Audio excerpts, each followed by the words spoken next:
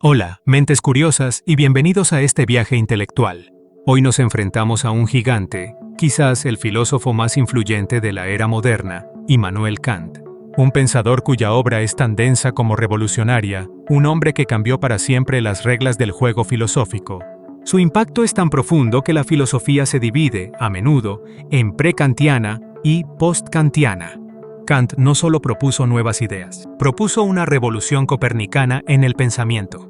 Así como Copérnico movió a la Tierra del centro del universo, Kant movió al ser humano. Dejó de vernos como meros espectadores pasivos del mundo y nos convirtió en los arquitectos activos de nuestra propia realidad. Esta es la historia de cómo nuestra mente no solo ve el mundo, sino que lo construye. La gran pregunta que Kant intentó responder es una que nos persigue a todos. ¿Qué podemos saber con certeza? ¿Cómo funciona nuestra razón? ¿Hay límites para lo que podemos conocer? Y si los hay, ¿qué queda más allá? ¿Cómo podemos, entonces, saber qué debemos hacer? Hoy, deconstruiremos estas preguntas y las respuestas que Kant nos legó. Antes de empezar, un breve comentario. Para dar vida a esta narración, he usado herramientas de inteligencia artificial para generar las imágenes que ven. Piensen en ellas como un lienzo, una forma de ilustrar las ideas y el ambiente de lo que contamos. No siempre serán una representación literal, sino un acompañamiento visual para que echen a volar la imaginación conmigo. Espero de corazón que lo disfruten. Para entender la revolución, primero entendamos al hombre. Immanuel Kant nació en 1724 en Königsberg, Prusia, una ciudad que hoy es Kaliningrado, y es famoso por algo peculiar, casi nunca salió de allí. Su vida era un reloj, tan metódica que se dice que sus vecinos ajustaban sus relojes cuando pasaba frente a sus casas en su paseo diario. Pero esta vida tranquila ocultaba una mente inquieta y radical. Kant vivió en la cima de la Ilustración, un periodo de fe inmensa en la razón humana. Pero la filosofía estaba atrapada en un debate feroz, una batalla campal entre dos formas de entender el conocimiento. De un lado, los racionalistas. Del otro, los empiristas. Y Kant conocía bien a ambos. Los racionalistas, como René Descartes o Gottfried Leibniz, creían que el conocimiento verdadero provenía de la razón pura. Sostenían que nacemos con ciertas ideas innatas, verdades que no necesitamos aprender del mundo exterior, como los principios de la lógica o las matemáticas. Para ellos, los sentidos eran engañosos y solo la deducción lógica nos daba certeza. Los empiristas, como John Locke o David Hume, argumentaban exactamente lo contrario. Decían que nacemos como una tabula rasa, una pizarra en blanco. Todo lo que sabemos, absolutamente todo, proviene de la experiencia, de lo que vemos, oímos y sentimos. No hay ideas innatas, solo impresiones sensoriales que nuestra mente asocia y combina. El problema es que el empirismo, llevado a su extremo por el brillante David Hume, nos lleva a un callejón sin salida. Hume argumentó que si todo conocimiento viene de la experiencia, entonces no podemos conocer con certeza conceptos fundamentales como la causalidad. Nunca vemos la causa en sí misma, solo vemos que un evento, billar bola A golpea, es seguido por otro, bola B se mueve. Hume decía que la causalidad es solo una costumbre, una expectativa de nuestra mente, no una ley del universo. Esto era un desastre para la ciencia, que se basa en leyes universales. Kant leyó a Hume, y según sus propias palabras, esto interrumpió mi sueño dogmático. Se dio cuenta de que tanto los racionalistas como los empiristas tenían parte de razón, y ambos estaban equivocados. Aquí comienza la crítica de la razón pura, la obra maestra de Kant. Su solución no fue elegir un bando, sino sintetizarlos. Propuso una de sus frases más famosas. Los pensamientos sin contenido son vacíos, las intuiciones sin conceptos son ciegas. Vamos a desglosar esto, porque es la clave de todo. Lo que Kant quiere decir es que necesitamos a ambos. Las intuiciones sin conceptos son ciegas. Esto es para los empiristas. Sí, necesitamos la experiencia, los datos de los sentidos, las intuiciones. Sin ellos, nuestros pensamientos no tienen nada sobre qué pensar. Si solo tuviéramos razón pura, no sabríamos nada del mundo real. Los pensamientos sin contenido son vacíos. Esto es para los racionalistas. Sí, necesitamos la razón, los conceptos, pero si solo tuviéramos la experiencia, sin una estructura mental para organizarla, solo tendríamos un caos de sensaciones, un floreciente y ruidoso zumbido sin sentido. No podríamos formar ideas, ni leyes, ni ciencia. Aquí está el giro copernicano. Kant dijo, dejemos de asumir que nuestra mente es un espejo pasivo que simplemente refleja el mundo. Asumamos lo contrario.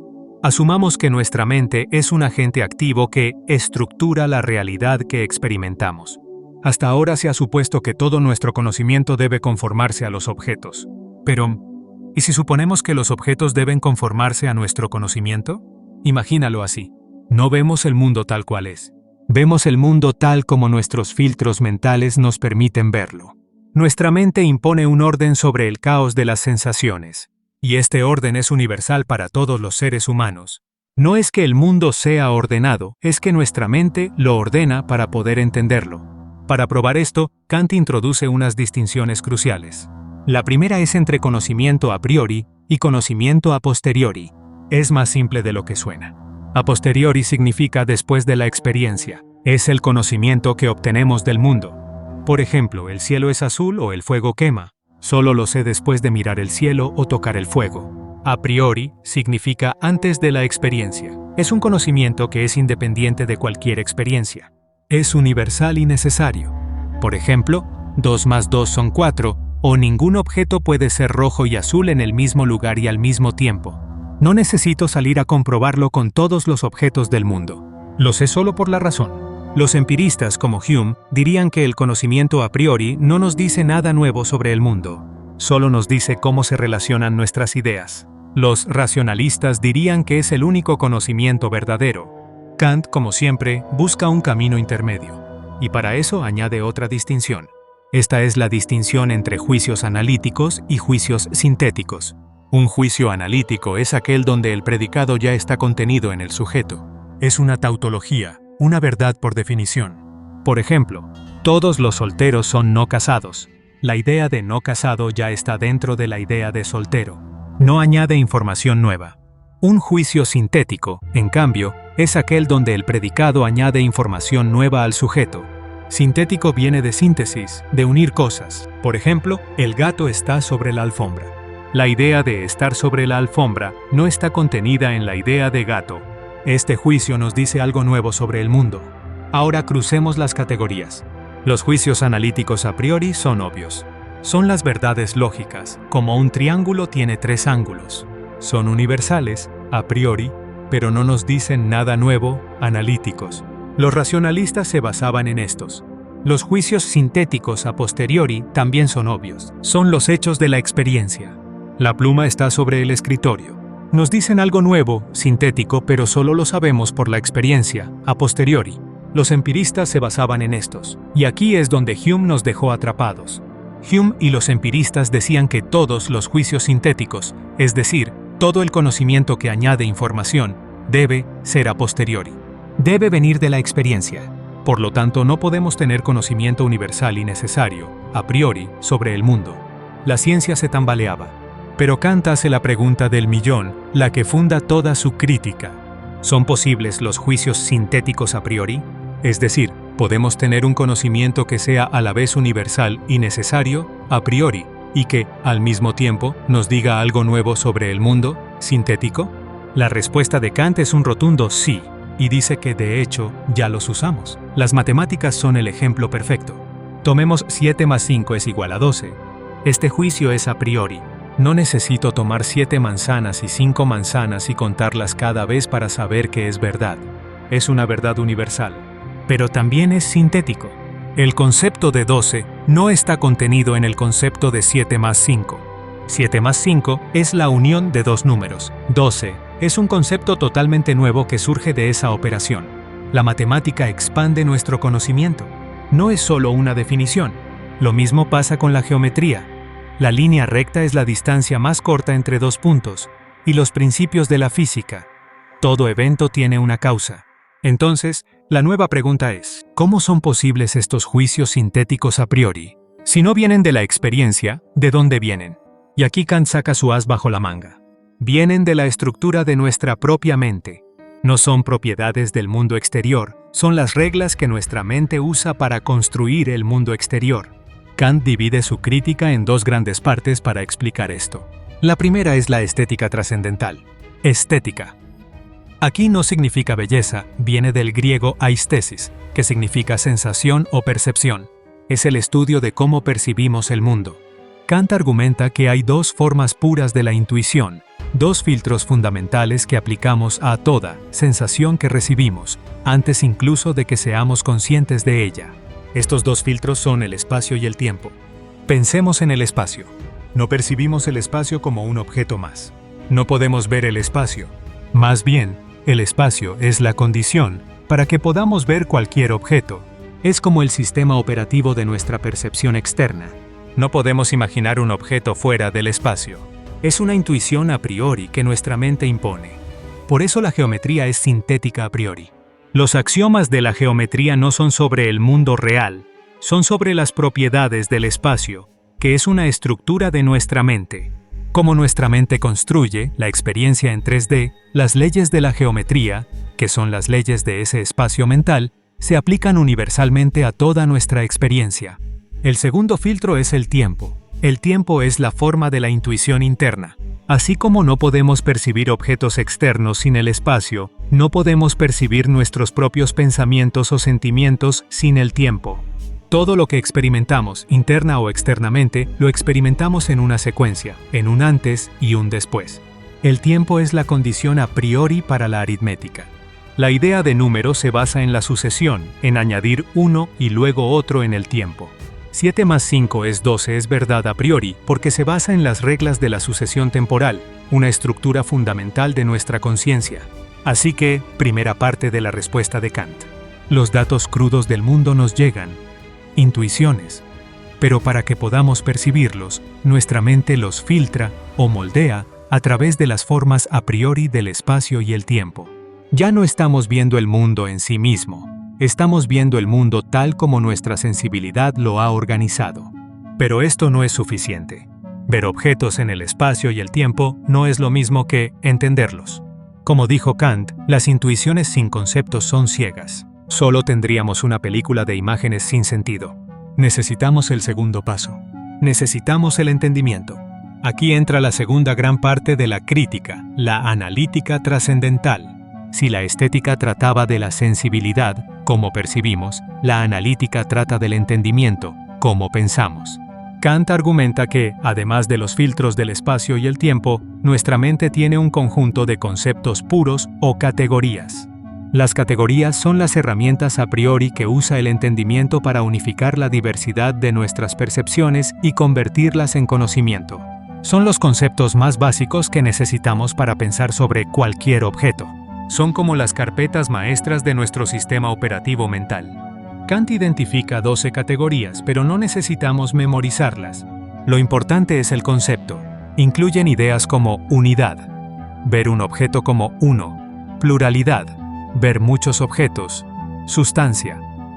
La idea de que un objeto permanece siendo el mismo, aunque cambien sus propiedades como una manzana que madura, y, la más importante de todas, causa y efecto. Aquí está la brillante respuesta de Kant a Hume. Hume dijo que no podemos experimentar la causalidad. Kant dice, exacto, no la experimentamos. No es algo a posteriori, la causalidad es una categoría a priori del entendimiento. No la encontramos en el mundo, la ponemos en el mundo. Nuestra mente está programada para buscar causas. No podemos no ver el mundo en términos de causa y efecto. Es una de las reglas que nuestro entendimiento impone a las percepciones para que el mundo tenga sentido. Por eso la ciencia, que busca leyes causales, es posible.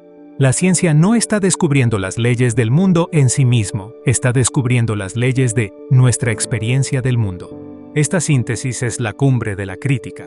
El conocimiento humano es una colaboración. La experiencia, empirismo, nos da el material crudo. La razón, racionalismo, nos da la estructura, espacio, tiempo y categorías para ordenar ese material. La mente humana es la que da las leyes a la naturaleza, no a la naturaleza en sí, sino a la naturaleza tal como la experimentamos. Pero esta revolución tiene un precio, y es un precio enorme. Si todo lo que conocemos es el mundo filtrado por nuestra mente, ¿qué pasa con el mundo real? ¿El mundo tal como es, independientemente de nosotros? Kant introduce aquí su distinción más famosa y, a menudo, malinterpretada. La distinción entre fenómeno y noumeno. El fenómeno, del griego phainommenon, lo que aparece, es el mundo tal como se nos aparece. Es el mundo de nuestra experiencia, el mundo ya estructurado por el espacio, el tiempo y las categorías. Es el mundo de la ciencia, el mundo que podemos conocer. Todos los objetos que vemos, tocamos y estudiamos son fenómenos. El noúmeno, del griego noumenon, lo que es pensado, es la cosa en sí, das Ding an sich. Es la realidad tal como podría ser, completamente independiente de nuestra mente y nuestros filtros. Es la respuesta a la pregunta: ¿cómo es el mundo cuando no lo estamos mirando? ¿Qué es la materia prima, antes de que la filtremos? Y aquí viene el golpe de Kant. La respuesta es: no lo sabemos. Y no solo no lo sabemos, sino que nunca podremos saberlo. Es un límite fundamental de la razón humana. Nuestras categorías, causalidad, sustancia, solo se aplican al mundo fenoménico, al mundo de la experiencia. Intentar usarlas para conocer el noúmeno es como intentar usar un tenedor para beber sopa. Kant no está diciendo que el noúmeno no exista. Al contrario, debe existir. Debe haber algo ahí fuera que nos envía los datos crudos que nuestra mente procesa. Pero no podemos tener conocimiento de ello. Solo podemos pensarlo como un concepto límite. Es la frontera de nuestro mapa. Esto tiene implicaciones gigantescas. ¿Qué pasa con las grandes preguntas de la metafísica tradicional? ¿Qué pasa con Dios, el alma y la libertad? Estas no son cosas que podamos experimentar en el espacio y el tiempo. Son conceptos nouménicos. Están más allá del mundo fenoménico. Kant concluye que la razón pura, la razón teórica, no puede probar, ni refutar, la existencia de Dios, la inmortalidad del alma o el libre albedrío. Cuando la razón intenta hacerlo, se enreda en contradicciones, lo que él llama las antinomias.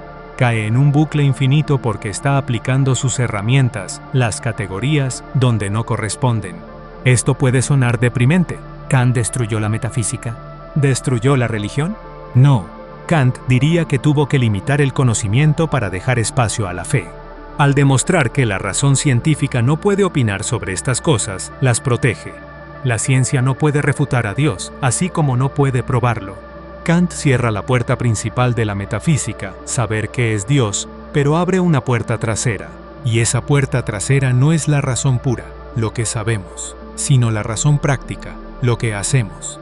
La filosofía de Kant no termina aquí, apenas comienza. Tras la crítica de la razón pura, ¿qué puedo saber? Kant escribe la crítica de la razón práctica. ¿Qué debo hacer? Habiendo establecido los límites del conocimiento, ahora busca un fundamento igual de sólido y universal para la moralidad. Kant busca una ley moral que no dependa de la religión, ni de la cultura, ni de nuestros sentimientos personales. Busca una ley moral que sea, al igual que las categorías, a priori. Una ley que la razón pueda descubrir por sí misma, válida para todo ser racional, en todo lugar y en todo tiempo. Rechaza las éticas anteriores. No le sirve el utilitarismo, buscar la mayor felicidad para el mayor número, porque las consecuencias son impredecibles y felicidad es un término vago. No le sirve la ética de Aristóteles, buscar la virtud, porque lo que es virtuoso puede depender de la situación. Kant empieza preguntando: ¿qué es lo único en el universo que es bueno sin excepción? No es la inteligencia, se puede usar para el mal, ni la riqueza, puede corromper, ni siquiera la felicidad. Uno puede ser feliz siendo cruel. Solo hay una cosa: la buena voluntad.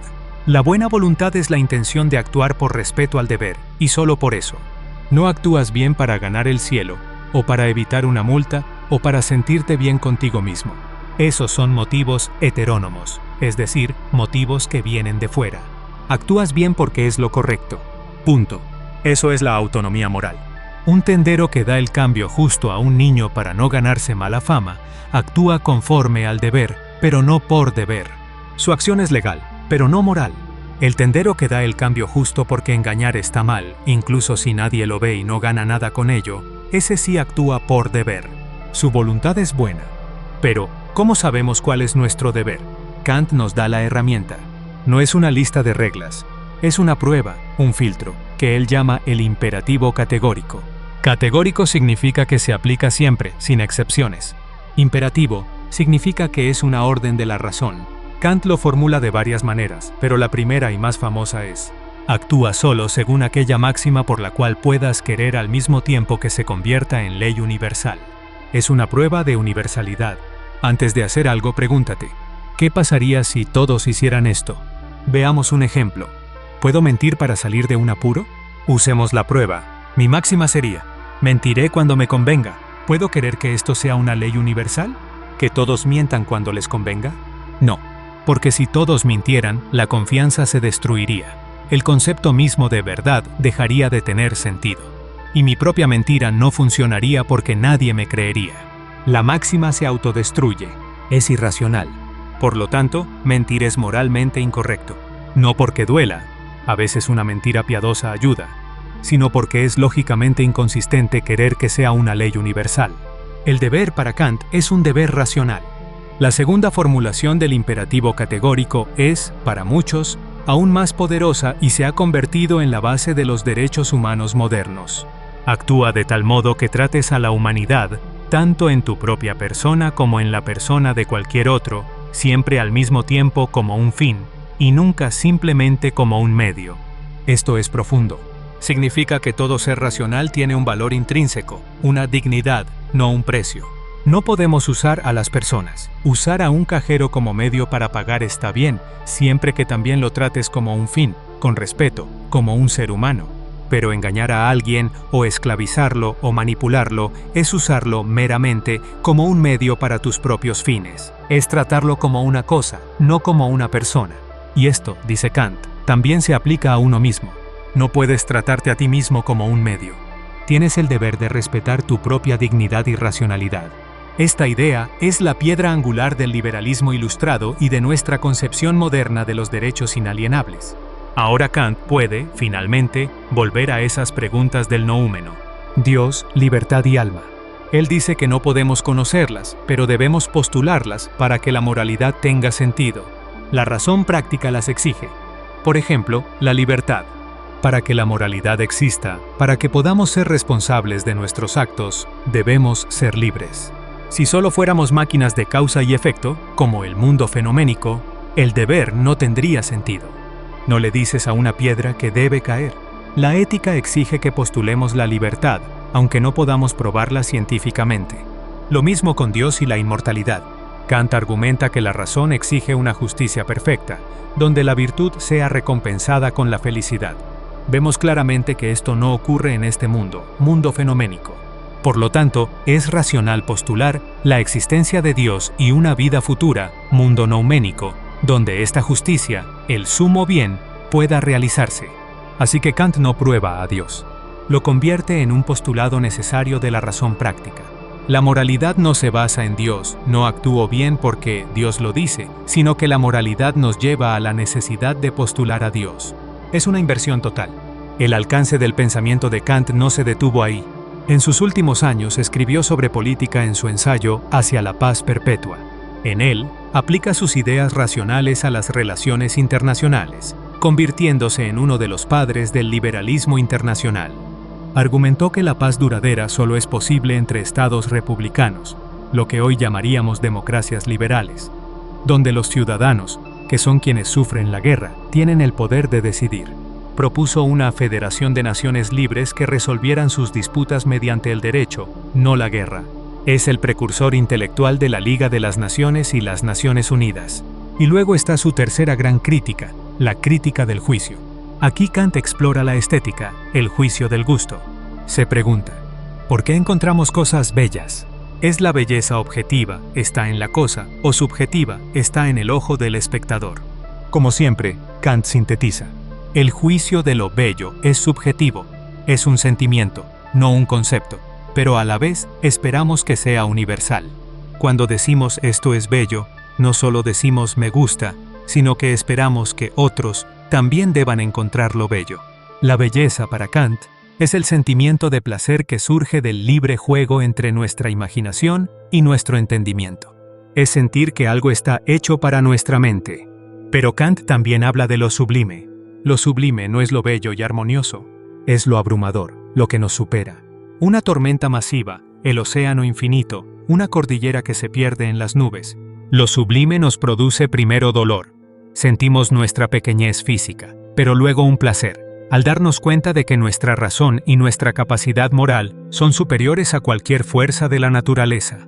El legado de Kant es, sencillamente, el mundo moderno. Es imposible estudiar filosofía, derecho, ciencia o arte sin toparse con sus ideas. Él estableció los límites de la ciencia, pero al hacerlo, le dio su fundamento más sólido. Salvó al conocimiento del escepticismo de Hume. Fundamentó la ética en la dignidad humana y la razón, creando la base de los derechos humanos universales.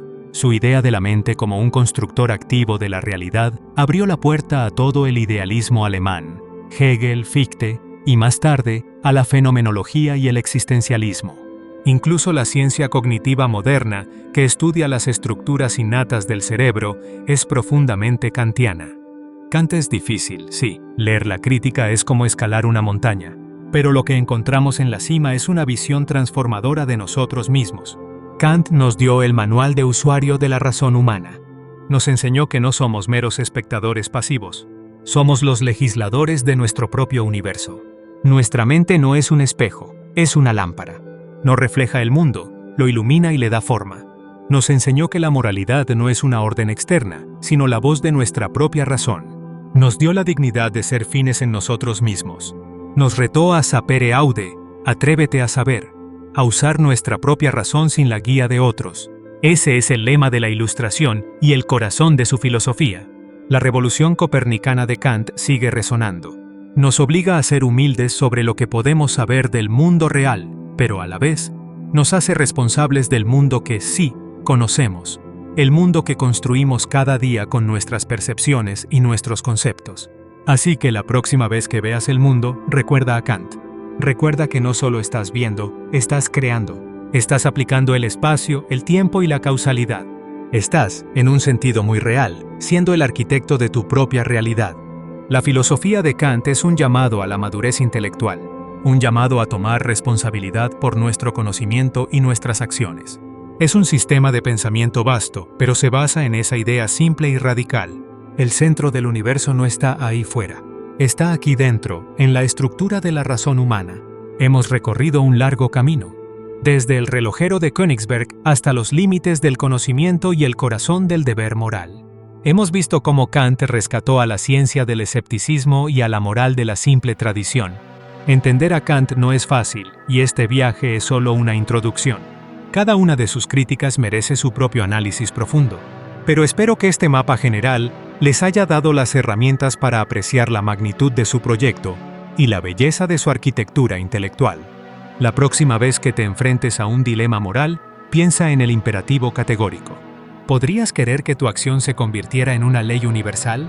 ¿Estás tratando a los demás y a ti mismo como un fin y no solo como un medio? Y la próxima vez que mires a las estrellas y te sientas abrumado por el universo, recuerda a Kant. Hay dos cosas que, según él, llenaban su mente de asombro.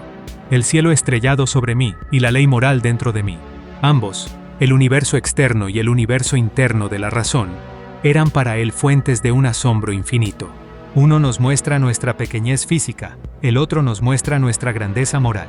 Y en esa dualidad, en esa síntesis, reside la esencia del ser humano.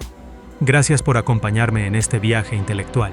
No es un tema sencillo, y si has llegado hasta aquí, te felicito por tu curiosidad y tu paciencia. Explorar a estos gigantes del pensamiento es un ejercicio que nos enriquece y nos desafía. La filosofía no está para darnos respuestas fáciles, sino para ayudarnos a hacer preguntas mejores. Y Kant, sin duda, nos enseñó a preguntar mejor que nadie. Nos enseñó a preguntar por los límites de nuestra propia razón.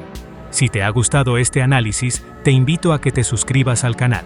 Seguiremos explorando las ideas más profundas de la filosofía, la sociología y las humanidades, siempre con rigor y compasión. Hay muchos más gigantes por descubrir. Me encantaría leer tus pensamientos en los comentarios. ¿Cuál es la idea de Kant que más te impactó? ¿El giro copernicano, el fenómeno y el noúmeno? ¿O el imperativo categórico? El debate enriquece nuestro entendimiento. Recuerda, atrévete a saber. Atrévete a pensar por ti mismo. Hasta la próxima, Mentes Curiosas.